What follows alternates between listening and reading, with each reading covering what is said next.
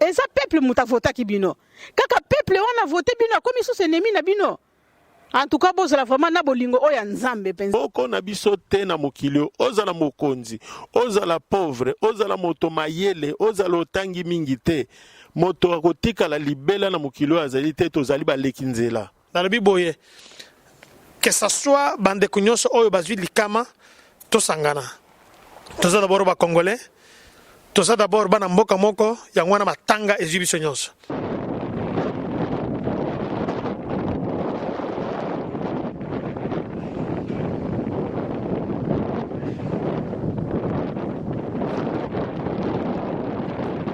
Na tongo matanga eza la côté ya maman eza la côté ya papa bango nyonso basanganaka matanga eza eloko eunisaka bato matanga ezali moment oyo bato bakutanaka basololaka bayeba pourquoi eloko esalemi po esalema lisusu te mais suka nango mabele mute yambaka biso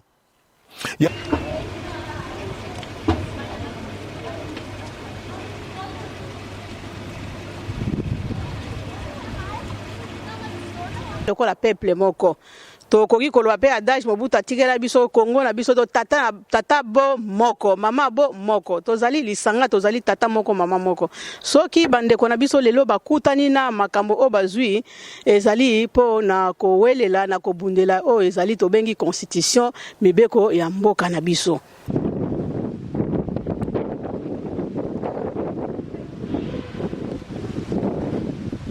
Je donne mes condoléances à la famille Congo. Je ne dirais pas la famille Bato père de Bande Konabango parce que Bazaba congolais. C'est pour ça que je dis condoléances à la famille Congo dont je fais partie, dont nous faisons tous partie. À penser, Boumou Akadji, Estras, Boumou Akadji, Esther, Boumou Akadji Néhémie. Bantu bakadi n'esprit muy kala patriotique bakale kala tout ce qui était pour comme bintu bi biba fait valeur bintu bi akadi biba fait chaque di bon monde pas tout ça va trouver parce que le peuple n'a pas d'armes bien que la manifestation nyoso débordement ils ont raté.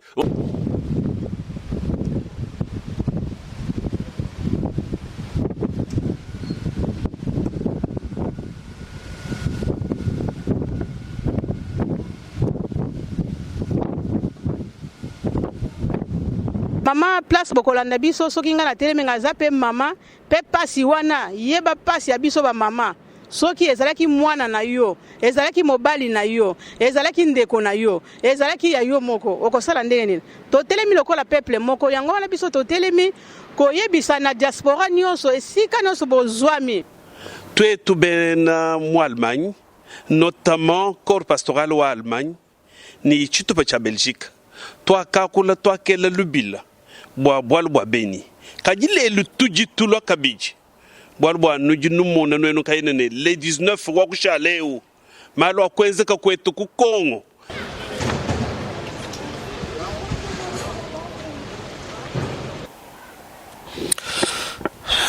Peuple congolais bana diaspora bande ko bazota la biso bipai nyonso nazana pasi mingi na motema pasi wana nde sali ke motema na nga penza elela na ye kotelema na moma oyo mpona kolansa appel na bandeko nyonso baza bipai nyonso alingi koloba ke Congo toza na matanga Congo nous sommes en deuil Congo toza na moment sombre ya histoire na mboka na biso. Tout le monde se rappelle que le 19 et le 20 septembre il y a eu assassinat, il y a eu mort d'homme na Congo. Bande Konabiso va confier Belé, on va aller sur place. Ce sont de vaillants combattants, Otokopesa, un coup de chapeau et condoléances na ba famille Nabango et puis na famille de la diaspora congolaise en général. Na yeko senga que biso awana poto, spécialement na Allemagne, na Aren, to sangisa mbongo pona kokunda bibembe oyo ezali na mboka na biso. Ba nyonso bakufi bazali bandeko na biso. Que ça soit ba policier ou ba boya ki ko obéir na message ou bien ordre ba pesa ki bango pona oboma mais bango moko bakufaki, que ce soit bandeko oyo bazwi likama ya kokoya na ba bal soit na ba incendie ou eselemaki o bazwaki ba impact ya masasi o bazana kati ya hôpital en ce moment où ngana zoloba o mususu bakufi tozana obligation ya kosangana dans le biboye que ce soit bandeko nyonso oyo bazwi likama tosangana toza d'abord ba congolais toza d'abord bana mboka moko yango wana matanga ezwi biso nyonso na tongo matanga ezala côté ya mama ezala côté ya papa bango nyonso basanganaka matanga eza eloko eyunisaka bato matanga ezali moment oyo bato bakutanaka basololaka bayeba pourquoi eloko esalemi po esalema lisusu te yango wana message nazolance na moment oyo biso avec le pastorat d'Allemagne, avec la diaspora congolaise où il y a rassemblement to sangani pour na to luka solution to sangisa misolo to tinde la bandeko bazana mboka o bazi makama o bazi ba problème pour na to mega pesa bango yangwana to lobaki que mutunyo swazali na mbongo que ce soit ba église que ce soit ba confession religieuse que ce soit ba musulman personne so to sangana to luka ba mbongo to luka apôtre civi o binyonyo so boyebi na kacharen soki numéro ne bozana ngote numéro ko s'afficher wana soki mutu pa ko zala besoin na numéro na ngai ou bien moko na biso numéro na ko s'afficher alors yangwana na sengi que ezala na mangomba isika bozali ezala na en tant que de personnes individuelles biso bato diaspora to sensibiliser ki mingi bande ko na biso que ba se prendre en charge les lots bande ko se prendre en charge o e komeli bango ezene te komeli biso na ko lancer message en français pour na ba bazoka le poto ya le kota ya lingala te. Je vais une fois de plus souhaiter les condoléances les plus émues à toute la diaspora congolaise, à tout le peuple congolais qui m'écoute en ce moment. Les Congolais se sont levés comme un seul homme le 19-20 septembre pour réclamer leurs droits.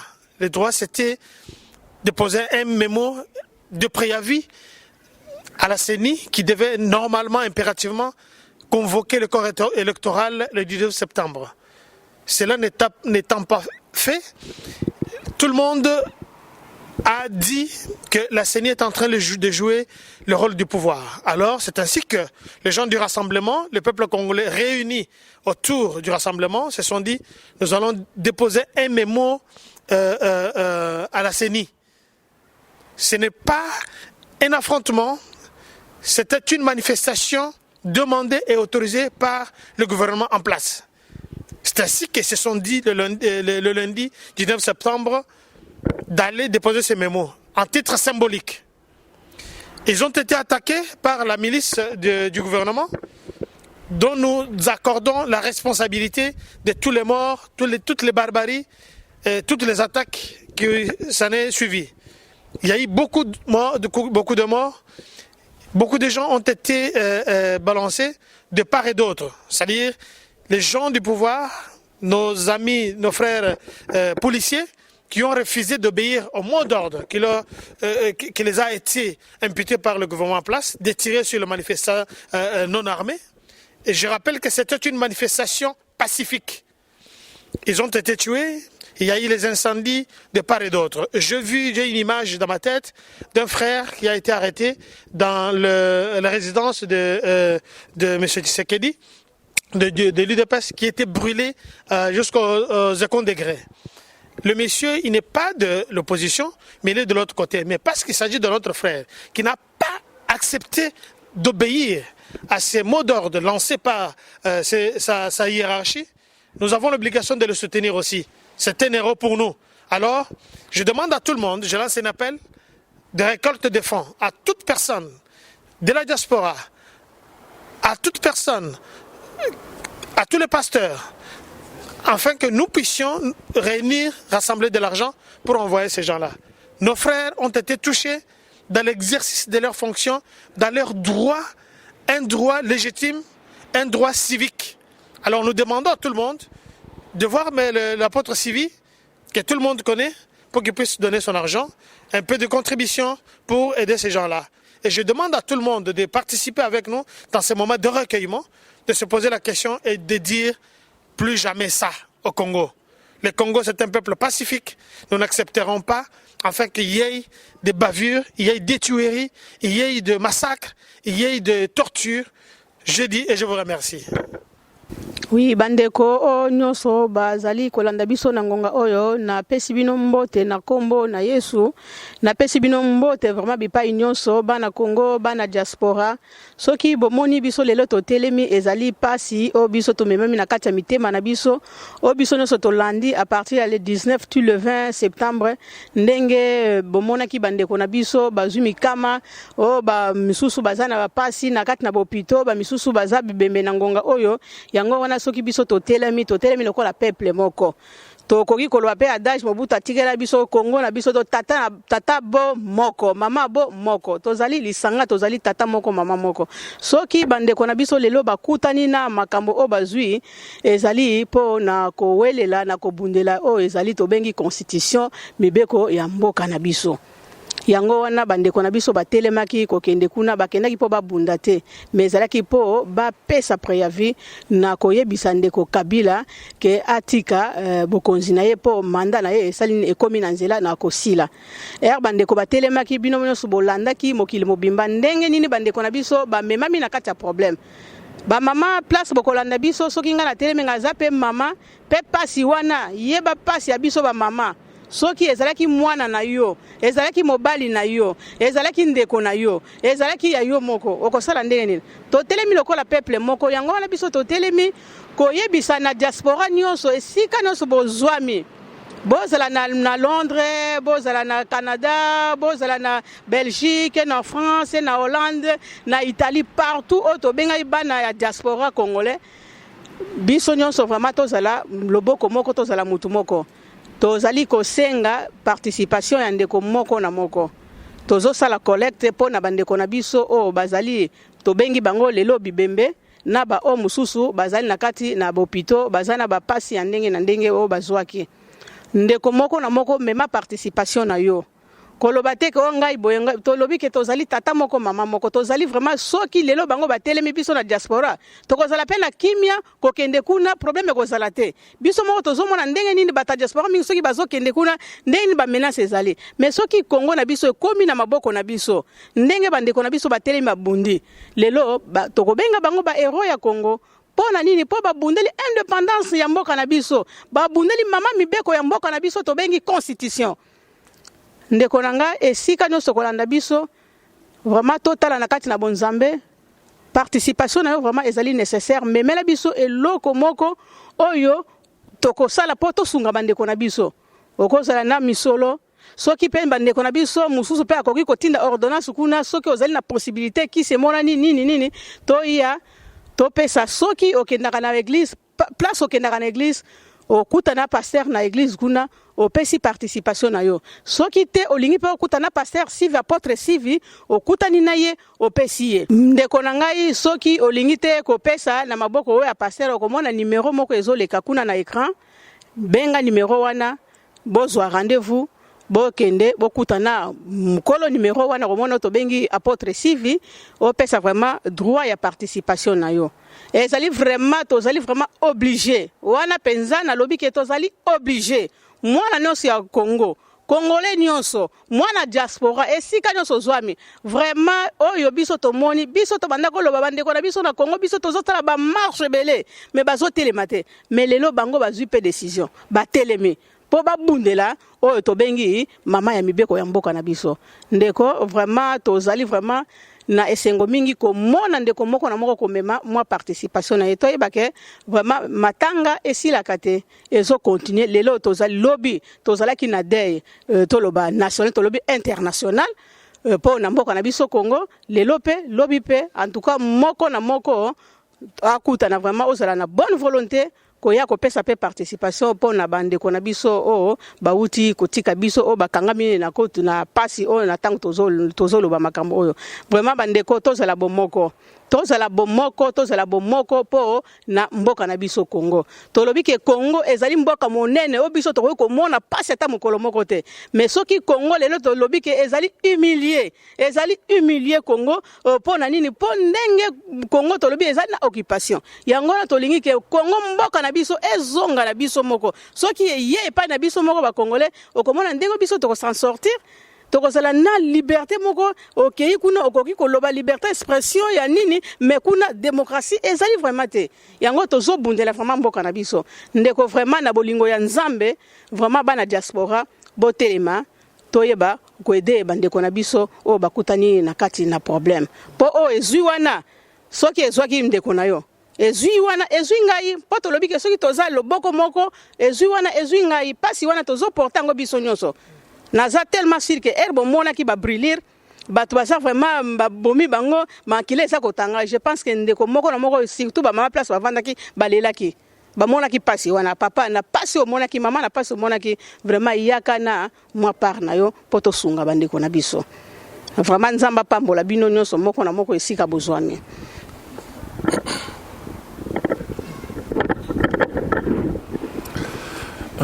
Merci. Merci na bande konangai o bauti ko intervenir tout de suite là et na rejoindre de konangai ya mobali na likambo senga ki ya condoléances. Donc moi également je donne mes condoléances à la famille Congo. Je ne dirais pas na famille bato ba perdre bande konabango parce que baza ba congolais, c'est pour ça que je dis condoléances à la famille Congo dont je fais partie, dont nous faisons tous partie. En tout cas bandeko je vais expliquer quelque chose. Solidarité et outil na mot solide. Donc ce que tu tell me lelo ezapo ko senga solidarité ya ngai ya yo ya congolais ni surtout pour tous à la solide pour avoir réclamé leurs droits, se retrouver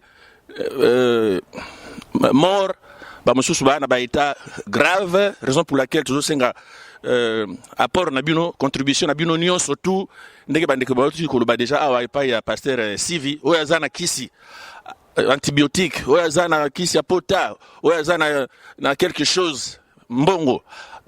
Surtout matang ezali à 3 jours, mais matang ici la comme vous le savez. Donc contribution et continue bien que peut-être derrière on a 3 jours aussi kokoka, mais contribution koki ko continuer. Vraiment c'est des problèmes de bande konangai. Ta on azomona bande konabiso lokola ba Kimbuta. Kimbuta azo permettre ko protéger Batutsi. Je vis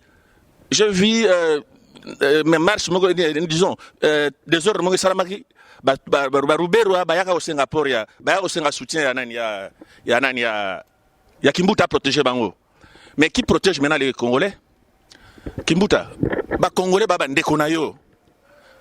Opposé ko protéger Ruberwa, oui, soi-disant Congolais Tutsi, on accepte. Mais nous avons de preuves que voilà communauté tribu Tutsi et Zalaka na Congolais. Protéger ba Indien. Nous avons vu protéger les Indiens. Mais les Congolais, Martin Fayoulou, Azande Konayo. Martin Fayoulou a risqué la mort. Martin Fayoulou a salaki.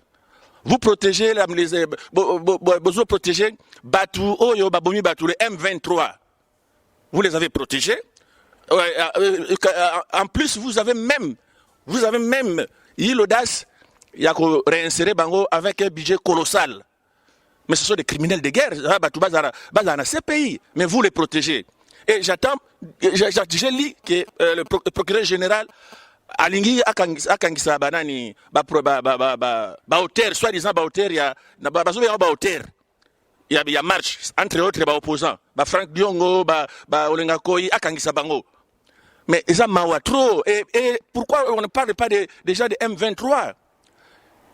Batouana opposants, ils n'ont fait que réclamer l'article 64, défendre Bazali, Bisongaï, Nayom, Tozo Landangaï, Congolais, combattant, pasteur, Tozo Nakati Kamboyo, Tozo défendre droit na Biso et Ali élémentaire.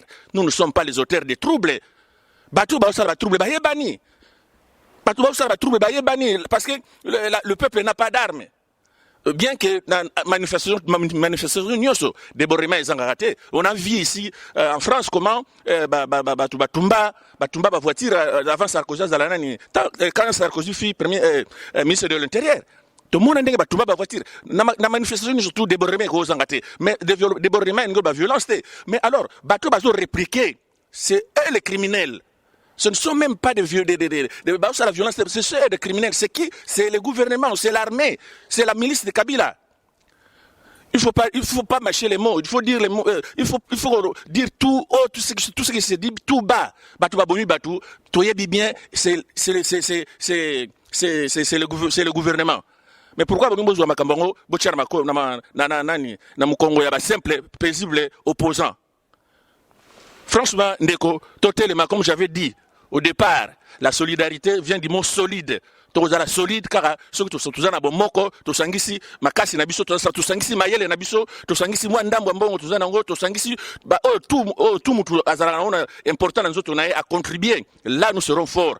Là tokoye ba ko bengana munguna oya zwa ki pouvoir na minduki biso to tozana tina ko zwa pouvoir na minduki te parce que nous aimons notre pays tolingi te ba doit continuer ko kufa.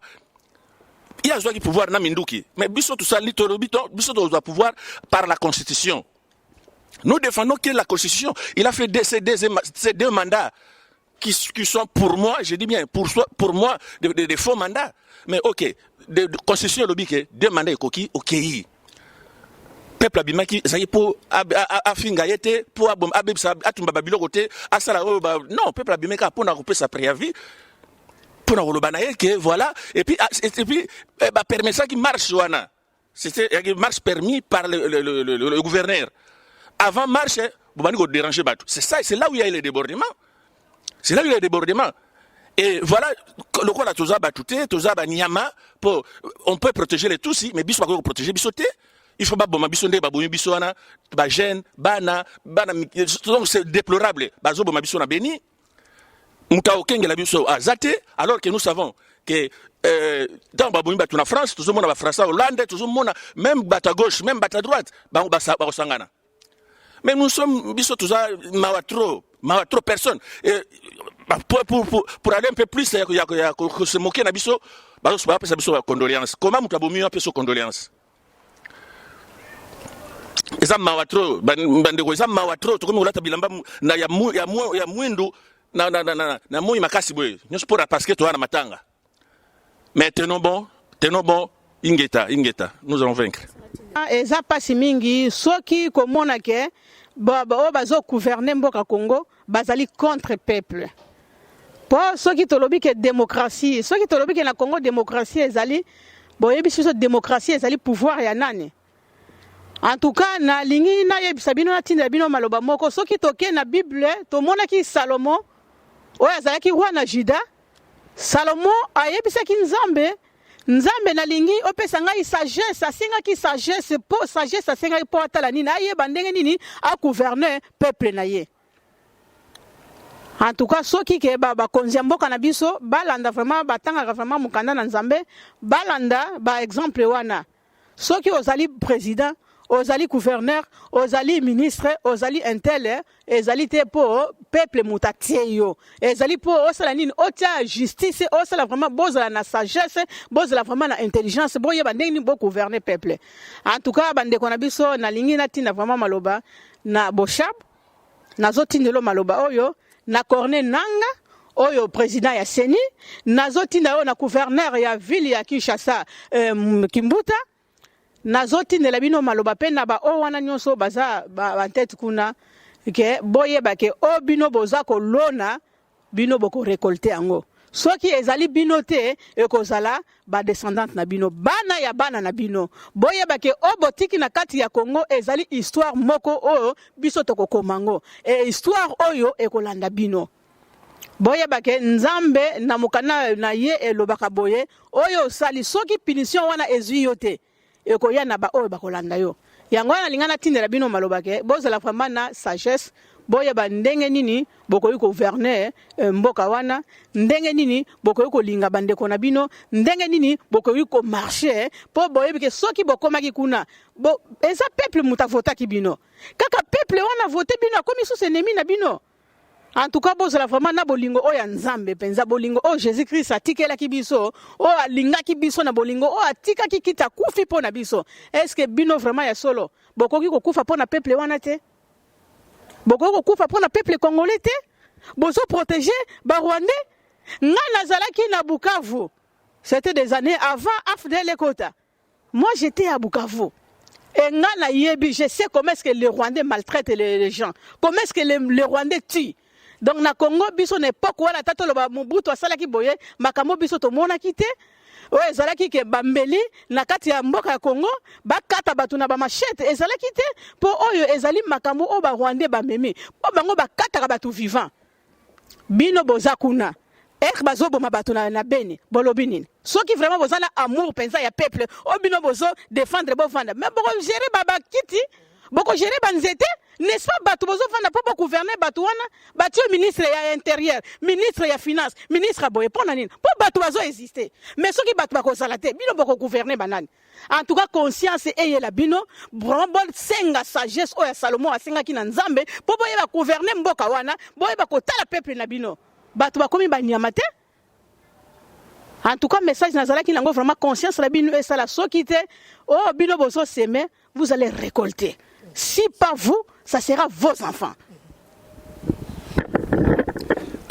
Je vais clôturer en lançant un appel vibrant à tous les serviteurs de Dieu, à tous les pasteurs de la République, à tous les pasteurs de la diaspora, à tous les pasteurs de par le monde. Jusque-là, nous voyons les efforts que le SEMCO est en train de fournir. Je n'ai vu aucun bishop, aucun serviteur de Dieu, aucun homme politique, ni personne en train de parler au nom de ce peuple. La parole de Dieu déclare ceci, prêche la parole, que ça soit dans le froid, que ça soit dans la chaleur, que ça soit en hiver, que ce soit en été, prêche la parole.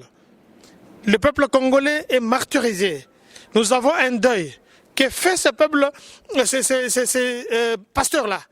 Personne ne passe ni devant la télévision, ni pour adresser un message de condoléances, ni soutenir le peuple là. Parce que le même personne, le même peuple qui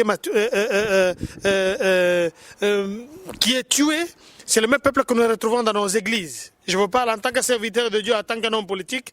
Je vous demande, vous le pasteur, faites un effort de soutenir ce peuple-là, que ce soit par les enseignements, par les encouragements. Beaucoup de pasteurs parlent de Paul, mais ils n'ont pas vécu ce que Paul a vécu. Alors je demande, je lance un vibrant appel.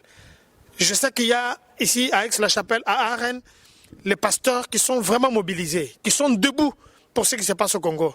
Je demande à tous les pasteurs de l'Allemagne en entier, de Berlin, de Munich, de Cologne, les pasteurs de la Hollande, les pasteurs de la France, les pasteurs de Belgique, les pasteurs de Londres, afin que nous puissions être derrière le peuple. Sans le peuple, nous ne parlons pas du pastorat. Sans le peuple, nous ne parlerons pas de l'Église. Je demande à tout le monde de se joindre à nous. Il y a le numéro qui passe. Faites des récoltes d'argent. Je le dis bien, récolte d'argent pour soutenir nos frères là. Nous sommes en deuil. Nous avons besoin d'acheter le médicament, d'acheter tout ce qui est nécessaire pour nos peuples. Merci, merci, que Dieu vous bénisse. Paix pour le Congo, que le Congo reste debout. Vous qui êtes venus, vous laisserez le Congo comme vous l'avez trouvé. Merci.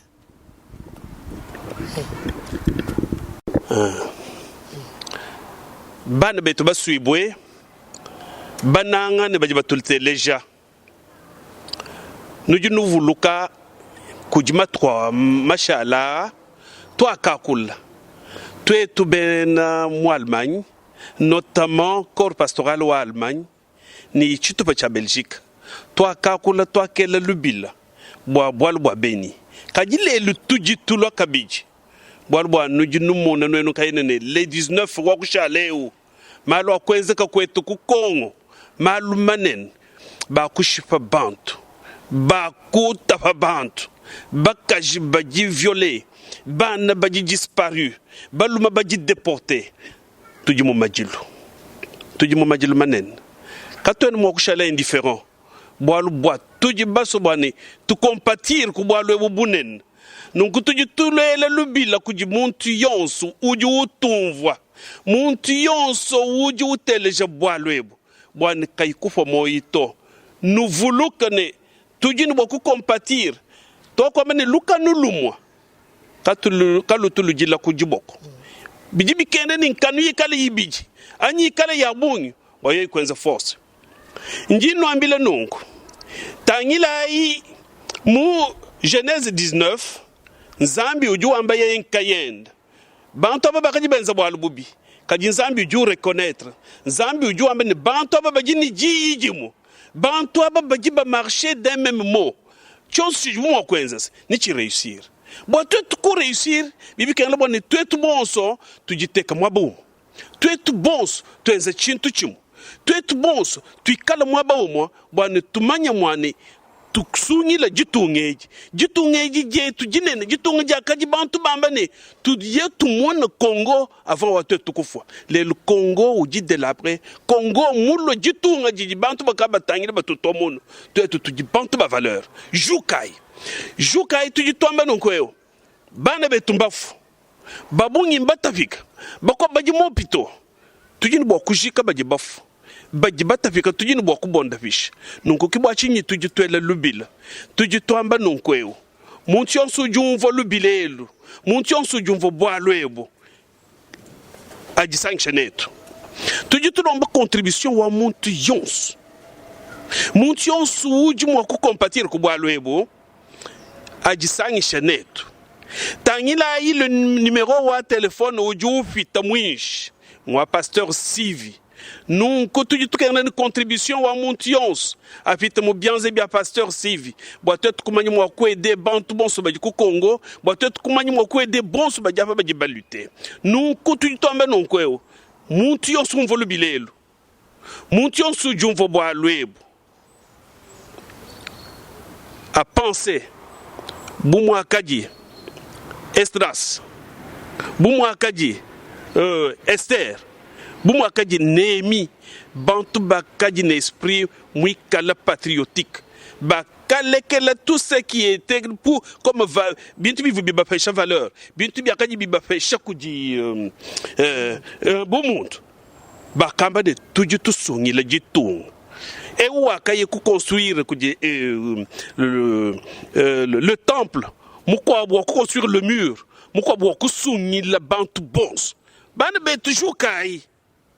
Jukai ben kon katula jika bijito na shwe bi kala ni jikumi anga tabiye bana shi biji e la bwana bana ben mbafwa compati zambi ju compatir kutuji to biye tumo compatir ne bana betu tangila inuji nunwa kajibana ben baji ku Kongo baji basunyi la buloba tangila ben Israel baji benda uju wenza mujimu mwikala ni mwela kujubo kujabakaje wenza mujimu ni jabalum bwachinyi bo kusunyila buloba tujini bo kusunyila buloba tujini bo kwakula bo buloba bikala bafu ni bafu kajibashal ni bashal il faut twakula il faut tusunyila buloba jukai na komeni muntu ujini jikumi ajamwanda mukulu kaji biji atumine biende bana babu baji bafwa ne baji basunyila buloba to asigiyela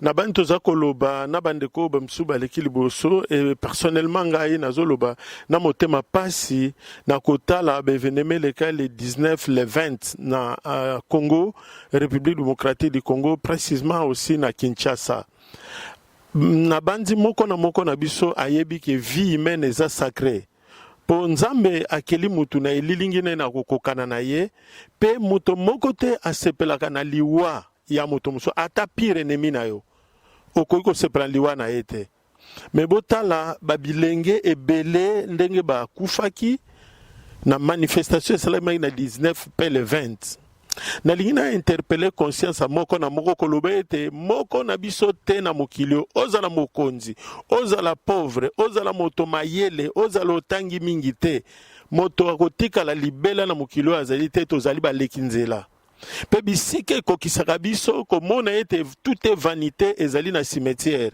atako ba cimetière musu bapesi yango soki bakombo nini me suka nango mabele mutu eyambaka biso yango naza ko interpeller bandeko ezala bao baza na pouvoir ezala bao baza na opposition ezala bao baza na société civile ezala bao baza na classe ecclésiastique to ba religieux banini to porter yango na mitema na biso komona ete ba vie ya bato eza sacré vie ya bato eza sacré. Donc ndenge vie ya moto eza sacré koyeba ete liwa ya moto kosepelaka na yango ata mokolo moko te. Lobi boye pona nini pona ko benga conscience ya moko na biso bandeko ebele bakufi basusu bazwi bapota bazali na bopito baza na basituation difficile. Et puis matanga ezalaki balobi ete pona kokanisa tolobi ete pona kokanisa bandeko na biso batiki biso baprecede biso po biso mpe tokokende ezala mokonzi ezala nani tokokende biso nyonso toyebi ke bakonzi oyo babandaki histoire ya mboka wana na Congo babundela na indépendance bakenda na table ronde bamosusu bazalaka lisusu te oyo batikala ya moke bango mikolo ya histoire ya mboka wana Congo bazalaka su te. Donc baleka yango pasi eza na motema na biso komona ete tobi ekoka kozala boye te to observe tant moko ya deuil mpona kokanisa mémoire bandeko na biso batiki biso. Non seulement kokanisa Bible lobi na biso ete la foi sans œuvre est une foi morte. Nga nza mosali na nzambe naza motei na iloba na nzambe ba Bible la foi sans œuvre c'est une foi morte.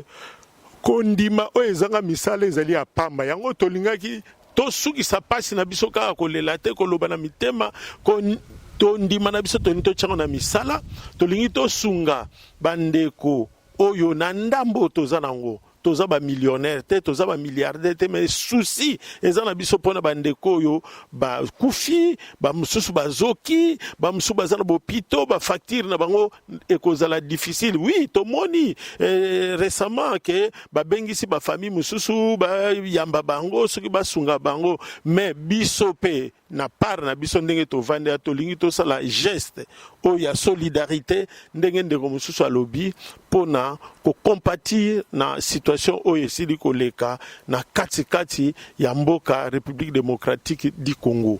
Baningami nadi naloba ete yo na ngai soki tozali na mwa moke toza nango na monde diaspora nyonso toza na monde oza na États-Unis oza na France oza na Canada oza na Australie oza na Chine oza na diaspora msu na Afrique ezala oza wapi na kati Afrique du Sud Namibie Lesotho Angola Côte d'Ivoire Ghana Cameroun Togo Guinée bisika nyonso bozali tolingi tosangisa mwa moke oyo ekoko permettre biso tosalisa bandeko oyo baza bopito bamususu bakufeli bandeko tosala bango geste na geste wana lisungi na yo na matériel ekozala important lisungi na yo na matériel ekozala très important. Matériel nini mbongo tanto kokozala oyebi ndenge nokozwa bakisi to identifier ba hôpitaux bandeko msu bazali to koza na contact na ba hôpitaux wana pe na ba responsable ba hôpitaux pona kotinda ba kisi bisika bango bazali soki kisi ezali kozanga to ebite ndeko wana plan nini eloko nini ya malamu nzamba chakate na bomo ene soka biki lelo lobby akozala utile pona tina na Congo pona société na biso et pe pona tina bomo ina yo pe pona tina bomo ina ngai moko. C'est pourquoi to lobi ete mbongo toza na posa nango biloko pe toza na posa nango surtout ezala kilo mingi te sino te kozwa biso susu mbongo tozo sangisa pona kotindaka ba kilo bilambe belebele wana ezekozala na biso pasi mingi mais soki kozala mbongo soki kozala bakisi eza yango pepele tokozala na possibilité tokoka kotinda yango pona esunga bandeko. Bien aimé na banzi yo moko olelaki la msu na chambre na otango talaki ba image msusu makamso elekaki ba policier na biso ba kufi pe o ba kendeki po na maintien d'ordre ba kufi ba population pe ba manifestant ba kufi tala situation to ko banao mais toza na posa ete na ba policier na biso na ba soda na biso population biso nyoso to vanda lokola famille moko tozali famille moko poto sungana et puis mboka oyo nzamba pambola na ba policier na ba soldat na ba politicien na biso banso basala nzambe société civile na bato banso to se réjouir na oyo nzambe apesa biso kati na mboka na bandeko nalingaki kaka na senga conscience na bino. C'est pourquoi je vous dis en tant que serviteur de Dieu, une fois encore je vais m'adresser un tout petit peu en français pour ceux qui comprennent plus le français. Bien aimé, je suis serviteur de Dieu. J'interpelle votre conscience compte tenu de tout ce qui s'est passé du 19 au 20 à Kinshasa. Je ne peux plus reprendre tout ce qui s'est passé, la manifestation à cause de la Constitution, à cause de tout ce qui s'est passé, il y a eu des morts, des blessés, des gens qui sont amputés. J'ai vu les gens, des mains écrasées. J'ai vu, tu as vu aussi, mon frère. Et nous demandons la participation de tout un chacun. Touche ton cœur, comme tu as eu la douleur dans ton cœur, et participe. Voilà, nous sommes dans ces pays ici en Occident. Je vis en Suisse, ici, en Allemagne, partout. Quand il y a des tsunamis, des choses qui se passent ailleurs, ils ne connaissent même pas ces gens-là. Ils n'ont rien à voir avec eux. Mais voilà comment ils envoient de l'argent, des médicaments et tout ce qu'il faut pour aider, puisqu'ils savent que c'est un être humain. Comme c'est un être humain, il doit vivre très bien. Bien aimé, la vie est sacrée. La vie est sacrée, c'est pourquoi je dis à Lingala, la Bible dit, la foi sans œuvre est une foi morte. Je demande et j'interpelle votre conscience que vous fassiez des œuvres, que nous fassions des œuvres. Et c'est pourquoi nous vous appelons de participer à cette action que nous sommes en train de faire après le deuil. Nous n'allons pas nous limiter au deuil, mais les gens qui sont touchés sont là-bas. Et que nous venons en aide à tous ces gens-là, toutes ces familles qui ont été touchées, les familles des manifestants, les familles des policiers, que sais-je encore, qu'on leur accorde notre participation. Bien-aimés, que Dieu vous bénisse. Je souhaiterais que tu sois la première qui va participer. Je souhaiterais, même si tu seras le dernier ou la dernière personne, mais que ta participation puisse aider quelqu'un. J'appelle votre conscience, que quelqu'un soit aidé, soit sauvé par ton aide. Que Dieu vous bénisse, que la grâce de Dieu demeure sur le Congo et que Dieu ouvre les chemins de la paix, de la restauration de l'état des droits et du bonheur. Que Dieu vous bénisse. Je vous salue au nom de Jésus. Bye bye.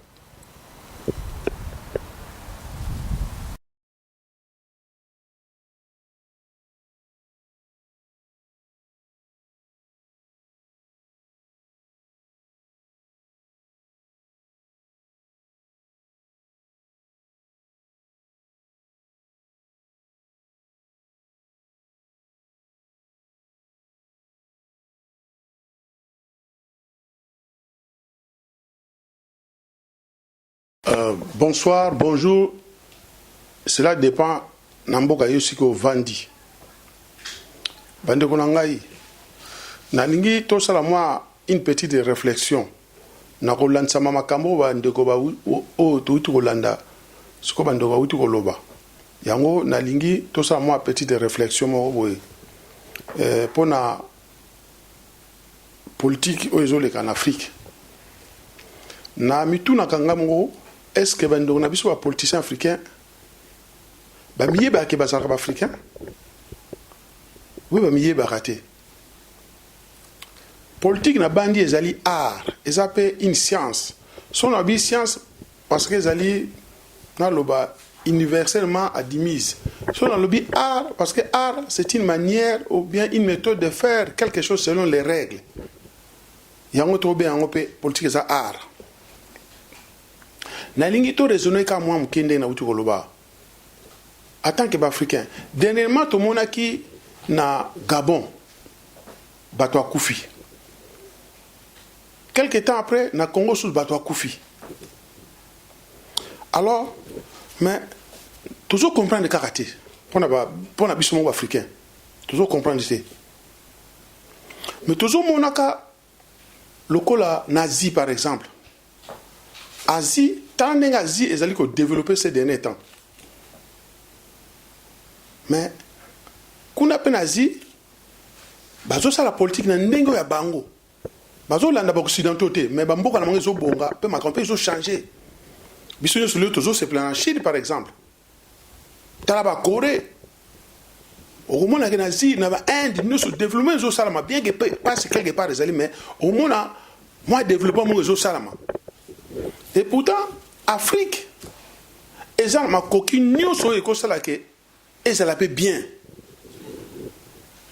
ya on a sali constat o na utu web sabino que politique en Afrique on dirait que bande on a soit politicien en Afrique ba sala mo ba recherche té na lingi ndeko lo babo tant on a vu ba sala ba recherche té que ba sala recherche moko type ben africain que lokola ba asiatique ba zo développer politique na bango et ça na likamoko te ko comparer na ba occidentaux mais ba mboka la mo le to sepeli nango biso pe africain to zana façon biso ko sala politique na biso pe makamni so peta mula bien na ko pesa ndakisa moko dans le temps ba koko na biso lokola ba roi nzinga kuvu ya roi Congo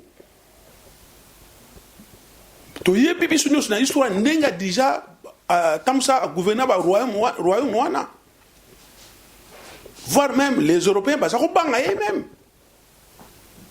pour azaki tellement puissant alors sur la même signification comme on est tomber maintenant on a que nzinga kuvu c'est un savant mutumoko très intelligent très sage et pourtant sagesse et intelligence mutape ça ngeza nzambe soki biso pe africain na makoki nzamba tena se mabele na biso na Afrique to zengi sagesse et intelligence pas nzambe nzamba ko relaxa biso ndenge nini to koki ko gouverner ba mboka ya biso d'Afrique selon bozio to zanango selon ba capacité mayelo nzamba ko tia kati na biso au lieu de cela qu'à chaque fois recours et pas ya ba bato tant bosu bozo benga ba décideur et pourtant soko tali au moins que bato oyo tant bosu kuna bozo benga ba décideur bango ndependa kutu bato zo sala makamusu de sala ke biso to ko avancer té toujours kufa mais toujours ko reçoit ka solution té comment et là on est sala ke africain azo mo ninga africain et puis ils ont levé le côté et puis on appelle bato bazo tinda ye makambo wana ba on va à l'aise ndoko na ngai kala na ko pesa ndakisa moko que na remarqué on a constamment na sali ba politicien so sala mo recherche te ya on a pesa ndakisa nzinga kuvu soki bozomi na bokoko na biso boya ko comprendre makamebele ndenge mo batamsa ba mboka wana alors tout que na exemple na niveau médecine na remarqué so na hôtel ba média na biso na monaka na ba pays mi Afrique médecine bien qu'avec ba moyen ya muke bazana ngo mais bazo ko quand même ko meka ko développer okomona ba ndona biso ba sala médecine ba tangi tango sulu be kola minene ya médecine na mokilia mais tango bazo son en Afrique omona ba luki ba sala recherche na ba médecine traditionnelle omona pe gezo simba et puis tu as remarqué que la médecine traditionnelle est mingi par rapport à la médecine moderne. Nous avons une chaîne de télévision locale, par exemple, na Molière TV. Yango, papa Molière n'a pas moulayo, na émission zo permettre dans la chaîne nayo, et zo font la batumi mayele. Tout le monde a bandé na biso musuto do benga locale ba phyto to benga ba phytothérapeute. Bato ba osala science oyo ba osala phytothérapie c'est-à-dire ba traitement oyo osala mana nzela ya ba plante on les a biso et puis okomona ba phytothérapeute bazo guéri batu mingi bazo so guérison na nzela na bango ke la médecine moderne parce que autant médecine bande on a biso ba osala ba recherche, il y a des choses là que ils ont aboutir à des résultats malam. Mais comment bien nous politiciens beaucoup ça rappelle la recherche. Par contre, vous comptez kaka naba prédateurs. Bateau nous tombé ma décider souvent sont des prédateurs. Akoya ayewana tanga komiwana pour nous toujours ça la recours pas na bango. Les bakoya pas l'accès bino nding beaucoup tam ça mboka. Pourtant nous sommes africains, nous avons notre façon. Tous en façon na biso to ko même pas mboka na biso tamuli malamu sans que bato ba yima parce que ba roi nzinga kufu ba salaka yango royaume Congo na yebi on te même ndele ba yebi impact nini ezaki na période wana et pas roi wana mais biso pourquoi to ko sala ngote toujours recours kaka dans Occident recours kaka mais bande ko nangai ya on de ça défaut bato na bakoya le bakoya ba moni bombengo na biso en Afrique parce que l'Afrique sol na sous-sol nango zali tellement riche c'est presque tous les pays africains sont riches hein? Alors bato ntango bakoya ba moni bombengo wana bino moko bobengisa bango le bakoya ba moni bombengo wana bazui yango ntango bino bokolinga ko discuter alors bokomi ba proie na bango bakomi ko capturer bino lokola des animaux féroces ne basalaka bako capturer yo vivant pendabo lobi mo la on s'est retrouvé na prison moko ya na Afrique écoutez na bamboko na bango susu mais soto lani be bino to benga ki bango est-ce que tokoki ko senga sagesse intelligence et pas nzambete ndengi ba savant oyo nazo ba kwa roi nzenga kuvu alaki savant lokola alaki mutu mwindu bokondi mango te parce que makamba salaka ezalaka te ya sali yango pe batu nyonso bazo ko apprécier mais tokoki ko sala ndengo na te simplement parce que tolingo senga sagesse pas nzambete tolingo senga pas intelligence pas nzambete mais tozo compter na batu moko et pourtant batu wana bango pe bazo luka na nzela ya bomengo na biso bango babonga siko mutu azo luka bonga na nzela na yo abonga na biloko yo zalango yo zo benga ye ça ce n'est pas vraiment une solution bandi konanga ye ezo sala passe ezo sala mawa na komona bandi konanga so ne mazo kufa yo moko africain ozo bomande on africain est-ce que tu peux raisonner même une minute que bazo ko sa biso bato bazo tinda biso do bunda o bazo pesa biso minduki o bazo sala sonde ni que po biso to bomana ka bango ba renyaka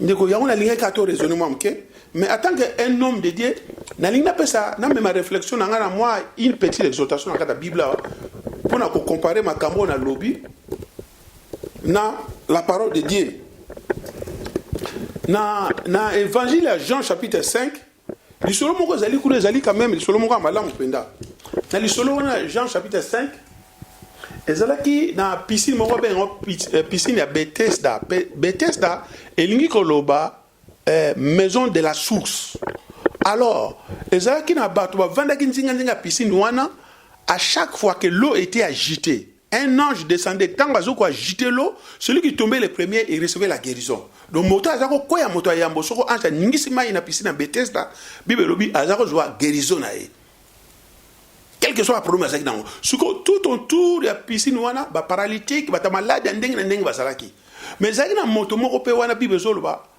azaki malade pendant 38 ans alors moto wana tango yesu akoya esika wana moto wana koloba na yesu babi Jésus a retourné. Il a dit, je n'ai personne pour me jeter dans l'eau. À chaque fois que l'eau est agitée, il n'y a personne qui pouvait me jeter dans l'eau pour la guérison. C'est-à-dire, Bible est complété le Bible. Cet homme a traîné qu'on a longtemps. Ça, c'est l'image des Africains. C'est-à-dire, mouton a vendu le besoin de piscine à Bethesda. On a place pour la Bible, source, il y a bénédiction. Place pour la Bible, maison de source, place, na senaïs ni na sol, tout comme sous-sol. Ils sont tellement riches, mais il y a des zelaka, prédateurs mogaya, pas boire na maï. Alors les prédateurs wana koya, muto ya zo zela boire na maï, so muto wana ye. Ye moga a tel isko Bethesda wana bi oh. Mais awa, ils ont maison de source. Ah, des places bon mengo zali. A so maï ningani, ye moga okoya. Akokoya pas bo mengo na po moto nyonso na mokila za pour ça bo mengo akokoya su bo mengo na alors c'est ça qui faisait que cet homme devait traîner longtemps.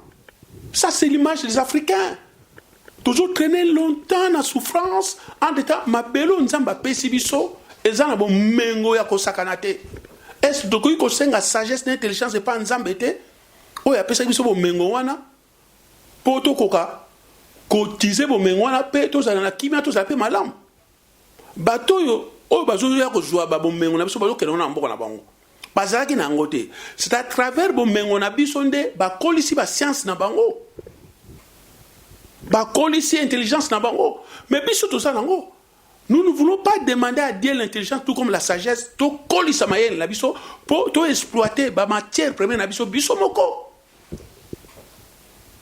okoko expliquer nga ndeni mutu aza diamant te aye ti ayebi importance à diamant ayebi importance à or a travailler yango ti aye ko découvrir que non coltan toko matafisé coltan toko sala longo toko sala bon azalaki nango te mais yo zanango tu n'as pas ce temps là ya ko luka ko sala recherche ya on a pesi ndaxa côté ba politicien parce que ndaxa ngo to pesa na médecine ba ndeko na uto loba ba phytothérapeute bazo sala fort ko traiter batu na ba plante ya biso et puis zo simba batu bazo bika comment compter na bino politicien bo sala recherche te kaka ko compter na batu mo ko compter na batu mo je venais de dire tout au début que la politique c'est une science, c'est aussi un art. Une science, quand on parle d'une science, quelque part, tout le monde a la recherche. Science, mieux surtout, c'est la recherche. Y compris la politique. N'a pas qu'ils appellent art. C'est-à-dire, ils allaient, et là, façon, manière, et ça, la maca, n'a pas règle. Et ça, n'a pas règle, Kolanda. Il y a un art. Mais qu'est-ce qui ne va pas? Qu'est-ce qui ne va pas? Tout ça pour mon abisso. Tout ça, trouver solution abisso mon côté. Il faut tout ça car recours et pas bateau. Les baroya ba moni maïzo ningana. Ba moni bo mengoana. Ba mo ba quoi? Parce que yo au 20 ans pendant 38 ans. Aujourd'hui ba na sana muta ko boire côté nana ko boire yo. Est-ce que pendant 38 ans au ko raisonner que na sala ta geste mo ta mo suna ko ko yanga mo pe na mai na so bo mengoana. Ozo compter kana bato et puis bato ozo compter na bango ndele bakoya ba moni bo mengo na bakena ngo et tant yo ko lingo ko loba parce que moni que non nek ba zublo ko na mingi o komi proie na bango et puis ba capturer yo pena ko la prendre na uto loba na zamba ndeba nyama zo capturer ba nyama mususu o se retrouver na prison moko boye pour ça au réclamer qui ba droit na yo et surtout lundi qui les a appelés. C'est la politique. Alors, c'est que la politique dans l'Afrique, ça m'a l'amouté. Asie, ils ont développé. Chine, et comme ils ont les lots, appliqué politique à Bango, à l'Asiatique. Tu m'as rampé, c'est mis. Le lobby sonnier, c'est le la Chine. Puissance économique mondiale. Nous t'avons dit que nous avons balba qui que non, occidentaux était. Donc nzamba c'est la qui est réalité. A comme dans ma belle na biso na sous-sol na biso a pesa ngo bomengo. Alors to senga sagesse c'est pas nzambe wana. Ya ona ko na mama na za ko loba, mama lobi abi Salomon senga ki mayele pa nzambe. Nzamba pesa ki a baksila ki kutu mayele na oya senga kite. Mais biso to senga nzambe za hasard te bande ko ngai. Nzamba ti bloko na disposition na biso. Surtout, il y a des gens qui utilisent un côté, ils sont les sagesse. Bateau va découvrir, Cambo, Bazou Sal, la matière première, Bisso peut découvrir. Il y a un exemple dans la médecine. Ce ne sont pas des occidentaux qui savent que non, bon, comme dans plein topo, non. Mais je Simba. Mais pourquoi quand la politique est Simba? Vous ne savez pas rechercher. Boye, on a répété sur la politique, c'est une science. Et la baxi, c'est art. C'est-à-dire, l'art, vous comprenez comme l'engoloba. L'art, c'est une manière de faire quelque chose selon les règles. Comme les règles, et puis la politique, en tant qu'une science, et aussi on appelle recherche. Bozonga, bon raisonner, bah, quand on a besoin de Afrique indégène, bah, y a qui peut matière première, wana. Or, les habitants, bah, besoin aussi bien monter. To ba diamant, to ma banga mo swatalu. Bah, quand on a besoin de baki. Tikate nzambe apa mo labiso apa mo labino pe lokwa amen.